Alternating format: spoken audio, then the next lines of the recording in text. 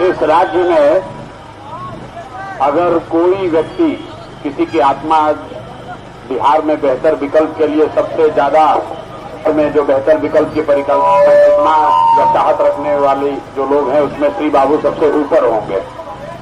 इसलिए क्योंकि जब श्री बाबू यहाँ थे तो बिहार देश के 10 सबसे अच्छे राज्यों में बिहार की गिनती होती थी और आज बिहार देश का सबसे गरीब, सबसे पिछड़ा, सबसे ज्यादा निरक्षर, सबसे ज्यादा बेरोजगारी और पलायन वाला राज्य है। तो श्री बाबू की यहाँ प्रतिमा है, नेता लोग आते हैं, हम लोग भी आए हैं यहाँ, पहले माल्यार्पण किया है। उससे नहीं होगा, श्री बाबू की को असली श्रद्धांजलि तब होगी जब बिहार के लोग बिहार की स्थिति को सुधारने के लिए अपने जाति, धर्म, नाली गली 500 रुपया का लालच छोड़कर हिंदू मुसलमान न बनकर अपने बिहार के बेहतरी के लिए, अपने बच्चों के लिए, अपने बच्चों के पढ़ाई रोजगार के लिए वोट देंगे। बिहार की स्थिति सुधरेगी तो उसी से श्री बाबू को असली श्रद्धांजलि दे, उसी को माना जाएगा। यहाँ आकर प्रतिमा पर माला डालने से, जितना यहाँ पर एक से एक बड़ा चोर है वो पहले आकर माला डालता है। अभी हमको कोई बताया कि यहाँ एक पुराने नेता है, नीतीश कुमार सरकार का सबसे भ्रष्ट मंत्री। कौन है? नीतीश कुमार सरकार का सबसे भ्रष्ट मंत्री अशोक चौधरी। आपको हम डरते नहीं हैं, हमको सर्वदलीय नेता है ये। अशोक चौधरी सर्वदलीय नेता हैं, अपने है जदयू में, बाबूजी थे कांग्रेस में, बेटी है लोजपा में, समाज है भाजपा में और पीछे से आरजेडी में भी डील किया होगा।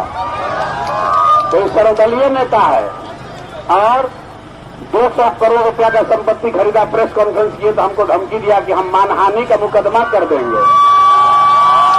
अब 10 दिन के बाद डर के मारे कह रहा है कि ना अब मुकदमा नहीं करेंगे, अब जनता की अदालत में जाएंगे।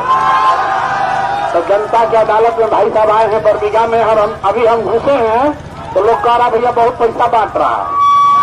अब बताइए 500,000 करोड़ रुपया लूटा है बिहार से, तो आके यहाँ पर कुछ चेंज खुदरा बांट रहा है पब्लिक को बेवकूफ बनाने के लिए। तो सब भैया जो पैसा बांट रहा है, जिसको जिसको पैसा मिले पैसा पहले लेना है सबको। पैसा लेना है, हम ही लोग का लूटा हुआ है।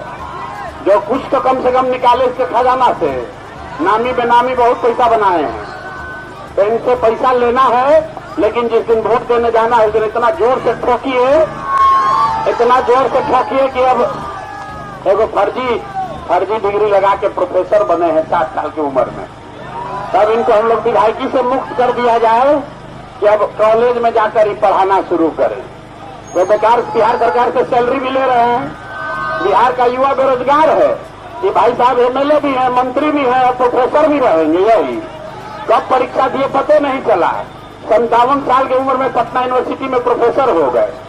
तब इनको एक काम से मुक्त कर दीजिए, आप लोग विधायकी से मुक्त कीजिए ताकि जाकर कम से कम पटना यूनिवर्सिटी में पढ़ाए। सब लोग तैयार है ना भाई?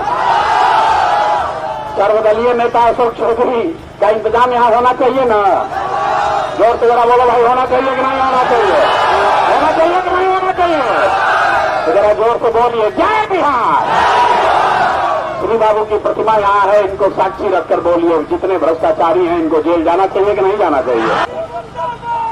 कितना सुनिए, अशोक चौधरी ने कहा है 200 प्लस सीट जीतेंगे। उनको 200 से नीचे इसको आदमी को समझे में नहीं आता है।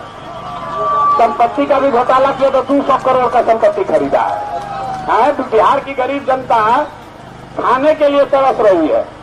10,000 के लिए बच्चा सब जाके बाहर मजदूरी कर रहा है। पटना अकेले में 200 करोड़ का संपत्ति खरीदा है। बताइए, अगर है 200 सीट जीतेंगे। बिहार की जनता इतना बुर्बक है?